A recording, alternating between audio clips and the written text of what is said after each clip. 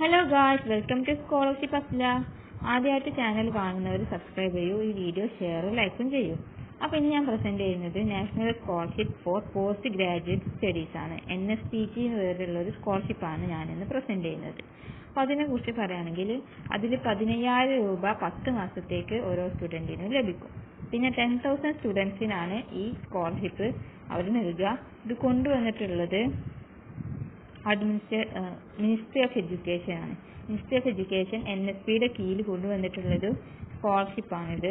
ഇതിന് കിട്ടണമെന്നുണ്ടെങ്കിൽ കുട്ടി PG സ്റ്റുഡൻ്റ് ആയിരിക്കണം. പിന്നെ അവരുടെ ആനുവൽ ഇൻകം 2.5 ലക്ഷത്തിൽ കുറവായിരിക്കണം. പിന്നെ കുട്ടിയുടെ ഏജ് 30 വയസ്സിൽ കുറവായിരിക്കണം. ഇതിൻ്റെ കീ ഫീച്ചേഴ്സ് നോക്കുകയാണെങ്കിൽ സ്റ്റൈപ്പൻഡ് ആയിട്ട് 15,000 രൂപ ഓരോ മാസവും ലഭിക്കും. അങ്ങനെ 10 മാസത്തേക്ക്, ഒരു അക്കാഡമിക് ഇയറിൽ 10 മാസത്തേക്കാണ് ഈ സ്കോളർഷിപ്പ് ലഭിക്കുക. പിന്നെ ഇതിൻ്റെ ഡ്യൂറേഷൻ എന്ന് വെച്ചാൽ ഈ സ്കോളർഷിപ്പിൻ്റെ ഡ്യൂറേഷൻ എന്ന് പറഞ്ഞാൽ 2 വർഷമാണ്. പോസ്റ്റ് ഗ്രാജുവേറ്റ് ഡിഗ്രി 2 വർഷത്തിൻ്റെ ആണല്ലോ. അപ്പോൾ ആ 2 വർഷത്തിൽ ഈ സ്റ്റൈപ്പൻഡ് ഓരോ 10 മാസവും 15,000 രൂപയായിട്ട് തരും.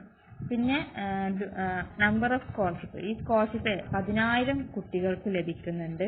പിന്നെ ഇത് കൊണ്ടുവന്നിട്ടുള്ളത് മിനിസ്ട്രി ഓഫ് എഡ്യൂക്കേഷൻ ആണ്. നാഷണൽ സ്കോളർഷിപ്പ് പോർട്ടലിൻ്റെ കീഴിൽ മിനിസ്ട്രി ഓഫ് എഡ്യൂക്കേഷൻ കൊണ്ടുവന്നിട്ടുള്ളൊരു സ്കോളർഷിപ്പാണിത്.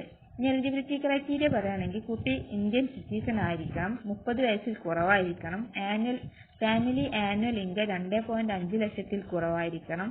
പിന്നെ first year of full time regular post graduate student ആയിരിക്കണം. എന്ന് വെച്ചാൽ ഫുൾ ടൈം ആയിട്ട് റെഗുലർ ആയിട്ട് പഠിക്കുന്ന ഫസ്റ്റ് ഇയർ PG സ്റ്റുഡൻ്റ് ആയിരിക്കണം. പിന്നെ student must not be receiving any other scholarship and should not be studying through open distance or correspondence mode. കുട്ടി വേറെ NSP സ്കോളർഷിപ്പ് ഒന്നും വാങ്ങാതെ നിൽക്കണം. പോരാത്തിന് ഓപ്പൺ ഡിസ്റ്റൻസ് കറസ്പോണ്ടൻസ് മോഡിൽ പഠിക്കുന്ന കുട്ടിയാവാതെ ഇരിക്കണം. എന്ന് വെച്ചാൽ റെഗുലർ ആയിട്ട് ഫുൾ ടൈം ആയിട്ട് പഠിക്കുന്നവർക്കാണ് ഈ സ്കോളർഷിപ്പ് ഉള്ളത്. പിന്നെ അപ്ലിക്കേഷൻ പ്രോസസ്സ് എന്ന് പറഞ്ഞത് ആദ്യം രജിസ്റ്റർ ചെയ്യണം. NSPയിൽ പോയി രജിസ്റ്റർ ചെയ്ത് ലോഗിൻ ചെയ്ത് അതിന് national scholarship four post graduate studies എന്ന് പറഞ്ഞത് സെലക്ട് ചെയ്ത് അപ്ലൈ ചെയ്ത് അതിൽ ഡോക്യുമെൻറ്റ്സ് ഒക്കെ അപ്ലോഡ് ചെയ്ത് അതിനുശേഷം അത് സബ്മിറ്റ് ചെയ്യുക. അത്രയാണ് അതിന് വേണ്ടി ചെയ്യേണ്ടത്. പിന്നെ റിസർവേഷൻ പോളിസി ഉണ്ട്. എന്ന് വെച്ചാൽ ഏകദേശം 30% വുമൻസിനെ സെലക്ട് ചെയ്യും. വുമൻസിന് റിസർവേഷൻ ഉണ്ട്.